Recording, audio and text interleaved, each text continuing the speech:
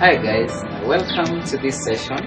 I believe that through this session we shall be able to interact with you and equip you for this year, for your productivity this year. I'll be talking to you about responsibility. I want to tell you that responsibility comes from the word respond and ability. How have you been responding to abilities lately? That's what I want us to discuss with you today. It's very important for us to discover that life will always bring tasks and opportunities ahead of you. So I want you to take charge of your life this year. I want you to be responsible. I want you to stop pointing fingers at other people. If you succeed, it is your hard work. If you fail, it is still your hard work. So this year, please enroll in the class of responsibility. I want you to move to another level that you can be able to be in charge of your life. When things happen right, you're the one to take the praise. If things go wrong, you're the ones to take the blame too. So don't start pointing fingers to other people.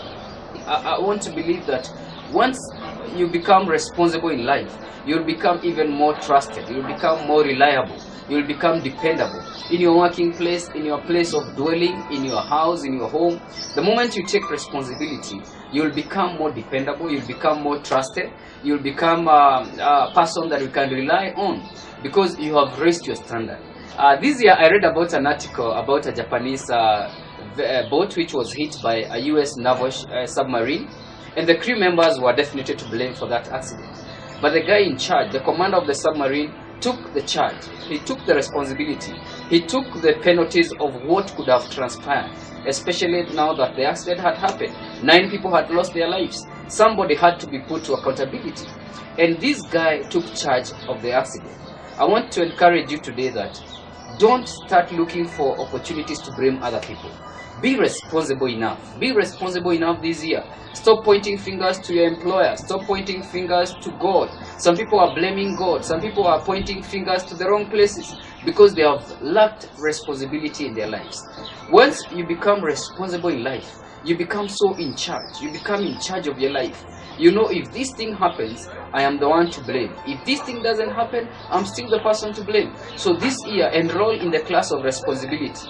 Enroll and endeavor to be responsible this year. You know what happens in life? The moment you raise your standard for responsibility, you will be assigned some tasks that are difficult, some hard decisions that you have to make.